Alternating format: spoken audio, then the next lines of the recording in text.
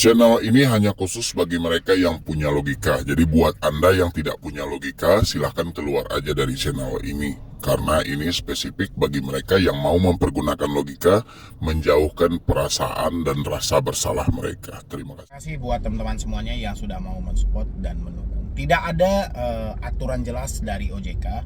Entah kita menganggap OJK ini tidak tahu menahu soal pinjol, atau OJK tidak paham soal pinjol, atau bagaimana gitu. Tapi kalau saya bilangin OJK tidak paham soal pinjol, itu nggak akan mungkin.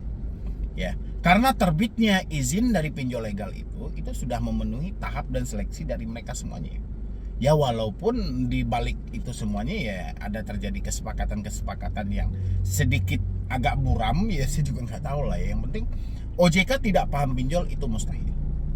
Ya, tapi OJK pura-pura tidak memahami apa yang terjadi di tengah masyarakat, itu bisa jadi. Ya, karena selama ini OJK membentuk Asosiasi Fintech Pendanaan Indonesia, ya, itu tujuannya untuk menaungi semua pinjol dan fintech, ya, yang penting segi keuangan, pelaku usaha jasa keuangan berbasis digital, ya, itu dinaungi oleh Asosiasi Fintech Pendanaan Indonesia. Ada juga di beberapa pinjol ini yang di bawah Bank Indonesia langsung atau di bawah Otoritas Jasa Keuangan langsung. Tapi yang jadi permasalahan bagi saya, kasus dari pinjol ini sudah banyak loh. Di samping banyak yang memakan korban, ya, ada juga yang gantung diri dan lain sebagainya. Banyak juga kasus-kasus di Indonesia tentang pinjol, belum lagi penjualan aset ini segala macamnya. Tapi OJK seakan tidak peduli dengan hal itu, ya, persetan aja. Kalau saya perhatikan OJK cuma seperti itu.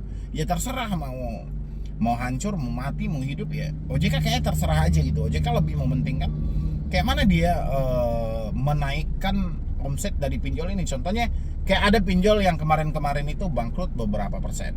OJK berupaya tuh mencarikan trik atau jalan kayak mana ini usaha mereka bisa normal kembali, ya.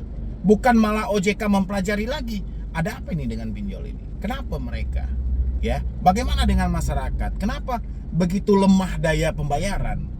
Ya, kenapa orang lebih banyak meminjam tapi begitu susah untuk membalikkan? Kan harus ada pertanyaan-pertanyaan dan kajian-kajian seperti itu. Itu tidak dilakukan oleh OJK. Kalaupun dilakukan oleh OJK, tidak terpublikasi sampai detik ini. Ya, tidak terjalankan lah sampai detik ini gitu loh.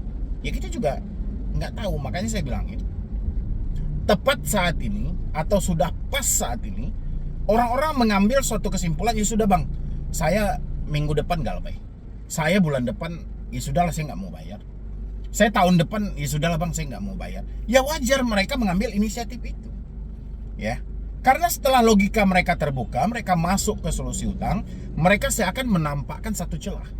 Oh iya juga ya, berarti selama ini kita diperalat, ya, dilunasi, tidak ada jaminan hutang ini selesai, tidak ada jaminan data akan dihapus, ya justru memperparah. Ada yang sudah melunasi, data digilir ke tempat lain, ya. Jadi memang serba salah gitu loh. Nggak dibayar salah, dibayar pun salah. Nggak dibayar kita diburu debt collector, dibayar data kita digilir ke tempat lain. Banyak kejadian-kejadian seperti itu. Ya, walaupun OJK telah meningkatkan nih, ataupun pengembang-pengembang dari pinjol telah mengaktifkan segi pengaman mereka, masih banyak pembobolan-pembobolan aplikasi, ya, menggunakan data si A tapi si B yang mempergunakan. Data ini pakai data si A tapi tetap cair. Ya, berarti ada segi keamanan yang lemah dari pinjol, atau ada permainan oknum dari dalam. Sehingga yang dirugikan masyarakat saat ini. Ya, maka dari itu saya bilangin, kalau masyarakat membilangin atau para debitur yang telat bayar saat ini sudah tidak mampu bayar, tidak sanggup bayar, ya, mereka menyampaikan, ya sudahlah saya mau berhenti sekaligus semuanya persetan lah dengan risiko ataupun apa. Ya itu sudah wajar, itu sudah tepat. Karena memang tidak ada satu solusi dari OJK bagaimana seharusnya. Ya, ruang pengaduan OJK kan ada tuh, ada ruang pengaduan khusus untuk konsumen yang telat bayar dan gagal bayar. Ya, OJK menyampaikan boleh nih pergunakan fasilitas kita. Anda laporkan keluh kesah Anda dari pelaku usaha jasa keuangan misalnya gitu kan. Tapi Anda lihat kantor pengaduan OJK yang terbaru itu tidak menampung pengaduan soal pinjol, karena uraiannya di situ saya tidak melihat khusus dari pinjaman online. Itu berbeda lagi. Ya, makanya ketika Anda melaporkan hal itu, baik di layanan ruangan pengaduan di OJK itu ataupun ke OJK sendiri, solusinya cuma satu: hubungi pelapor masing-masing. ya, minta keringanan, minta restrukturisasi. Ya solusinya cuma itu aja. Tidak ada solusi yang lebih valid. Misalnya, wah oke, kalau memang seperti itu, mana bukti-buktinya? Pak, misalnya, wah halo OJK, kami ini diancam nih oleh aplikasi pinjol legal Anda. Pengancamannya seperti ini. Kami telat 3 hari. Dan kami minta tolong bantu kami untuk negosiasikan, atau kami cuman bayarnya sesuai yang di aplikasi.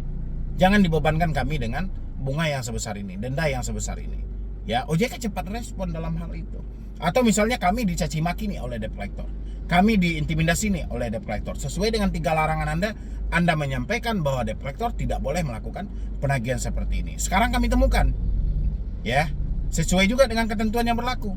OJK menyampaikan kalau ada 3 larangan yang dilakukan oleh debt collector, maka pihak penyedia layanan akan diberikan sanksi dan pihak dari debt collector akan ditindak pidana. Banyak laporan yang masuk ke OJK tapi nggak ditanggapi. Ya, kayak mana ini memprosesnya ke jalur hukum? Kayak mana OJK memproses ke jalur pidana? Ya, sementara kasus ini sudah terabaikan.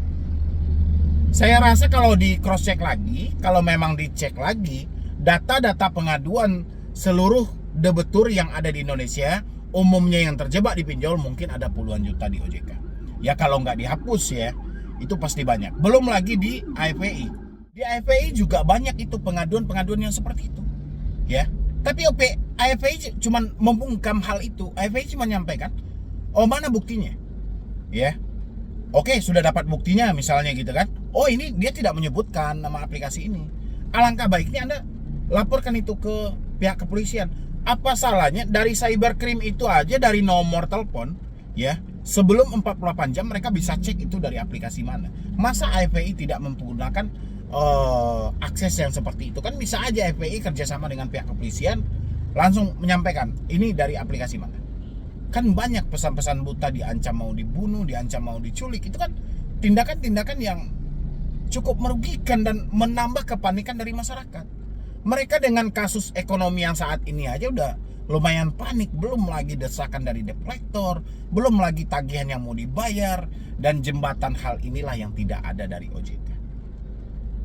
Ya, dan saya juga nggak yakin hal ini akan muncul ya, kecuali nanti pas pemilihan presiden ya bisa-bisa jadi saja kita akan menemukan beberapa pahlawan-pahlawan yang sengaja saja mengambil simpatis masyarakat, ya itu bisa jadi ya. Tapi kalau ini akan lahir dari OJK langsung, saya rasa nggak ada. Ya nggak akan mungkin. Karena saya perhatikan ada satu ketakutan dari OJK ketika dia menyentuh permasalahan pinjol.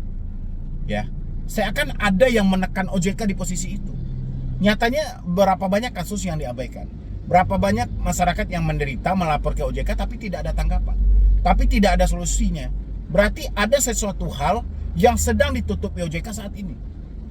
Ya, atau OJK memang benar-benar tidak mampu menyentuh dari pinjol ini sama sekali. Karena ini kasusnya sudah bertahun-tahun loh. Ya, tapi tidak ada tanggapan. OJK membentuk Satgas Waspada Investasi dari 12 kementerian. Oke, pertanyaan saya, dari ribuan pinjol yang telah diblokir, apa manfaatnya bagi masyarakat? Ya, hanya membedakan masyarakat tidak boleh lagi meminjam di pinjol yang telah diblokir. Yakin nggak kira-kira OJK masyarakat menghafal ribuan pinjol yang telah diblokir? Pinjol yang telah diblokir hari ini namanya A, besok pagi B. Yang B diblokir ganti yang C. Yang C diblokir ganti nama ke D. Ya, yakin nggak ini akan dihafal oleh masyarakat semuanya? Ya, nggak ada gitu loh. Ya lain hal kalau pemblokiran itu menghentikan fungsi dari pinjol itu sendiri. Ya, jadi makanya saya bilangin, selain ada kerjasama dengan 12 menteri, ini untuk SWI juga ya. Selain ada kerjasama dengan 12 kementerian, coba bangun kerjasama dengan Google Indonesia. Ya, plafon mereka ada di Google. Link mereka diklik itu masuknya ke internet. Coba hapus servernya atau kunci servernya. Ya, itu baru benar-benar. Tapi kalau hanya menyatakan pinjol ini tidak terdaftar, tidak membayar ke OJK atau mengikuti prosedur-prosedur yang ada di OJK, yang satu sudah mengikuti prosedur-prosedur dan membayar pajak ke Indonesia dan ke OJK juga, kan misalnya kayak gitu. Kalau hanya membedakan itu saja mah gampang. Ya, masyarakat tinggal hafal 102 pinjol legal, sisanya di luar dari itu berarti ilegal. Kan simpel, buat apa terjadi pemblokiran? Ya, kalau pemblokiran itu sendiri tidak ada manfaatnya buat masyarakat, ya. Makanya dari dulu itu saya sempat juga nih, setiap kali ada pemblokiran dari SWI saya angkat temanya. Setiap kali ada pemblokiran saya angkat temanya. Lama kelamaan saya mikir, ini saya angkat terus tema ini, manfaat buat penonton apa? Manfaat buat semua subscriber saya apa ini? Nggak ada, ya sudahlah, persetan lah soal pemblokiran. Ngapain saya bahas-bahas hal ini? Ngabis-ngabisin kuota Anda saja. Manfaatnya bagi Anda juga nggak ada. Kecuali ada umuman, semua pinjol yang telah diblokir oleh SWI, siapapun yang terjebak di sana tidak perlu dibayar. Ini nggak ada. Ya, yang ada, Anda yang sudah terlanjur pinjam di pinjol ilegal, bayarkan saja pokoknya. Padahal 2021 Bapak Mahfud MD menyampaikan, atas dasar apapun pinjol ilegal tidak perlu lagi Anda bayar. Ya, ini kan akan bertolak belakang. Anda kalau nggak percaya, Anda tanya tuh sama SWI, Pak, saya terjebak di pinjol ilegal, bagaimana nih? Saya diancam. Balikin aja pokoknya, bunganya jangan, katanya. Ya, berarti memang nggak ada solusi. Kalau seperti itu mah orang bisa, saya juga bisa mengarahkan itu. Saya juga bisa. Sekarang yang kita atasi bagaimana pengancaman dan penekanan ini bisa terputus dan ada efek jera buat pelaku-pelaku pinjaman online ilegal ini. Ya, kan ini sebenarnya yang dibutuhkan. Begitu juga dengan pelaku-pelaku pinjol legal. Bagaimana mereka yang curang, yang licik-licik tadi, mempermainkan bunga, mempermainkan denda, pola penagihan, mendapatkan efek jera dan diberikan sanksi oleh OJK sesuai yang mereka sebutkan berdasarkan POJK 2022. Ya, kalau bukti itu tidak ada, ya wajar kalau masyarakat tidak mau lagi bayar pinjol, walaupun mereka ada rezeki. Ya, karena tidak ada jaminan. Sudah banyak terjadi, mereka lunasi utang nggak lunas, mereka bayar data disebar. Ini kan membingungkan. Ya, mudah-mudahan ini sampai ke petinggi-petinggi, terutama dari pengatur perbankan yang ada di Indonesia, supaya lebih teliti lagi dan melakukan survei ke lapangan bagaimana sebenarnya pinjol ini di tengah masyarakat. Ya, jangan hanya lihat iklannya saja, jangan lihat kapernya saja, jangan baca datanya saja, tapi carilah faktanya ke lapangan. Bagaimana masyarakat menangis ketakutan, kecemasan, ada yang depresi, lari dari rumah, bahkan parahnya loncat dari gedung ketika diancam oleh debt collector. Jangan hanya selalu disalahkan pinjol ilegal, ada juga dilakukan oleh pinjol legal. Inilah yang harus ditemukan oleh OJK. Kalau enggak, buat apa ada penyidik terbaik diberikan oleh Bareskrim kepada OJK? Ya, kalau manfaatnya nggak ada. Melakukan penyelidikan ini saja nggak ketemu-temu sampai detik ini. Buat apa itu diberikan penghargaan? Ya, mudah-mudahan ini menjadi PR bagi otoritas jasa keuangan. Mumpung ini di bulan suci Ramadan juga, mudah-mudahan di habis Lebaran sudah ada aturan yang benar-benar aturan adil dan seimbang. Adil bagi si debitur dan si kreditur, seimbang juga bagi si kreditur dan si debitur.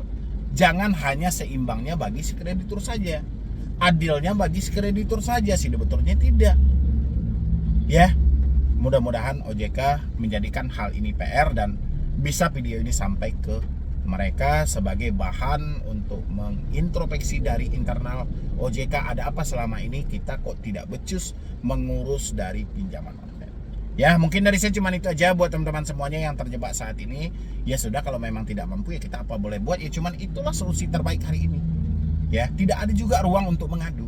Anda melapor ke sini nggak ada, melapor ke sini juga nggak ada tanggapan.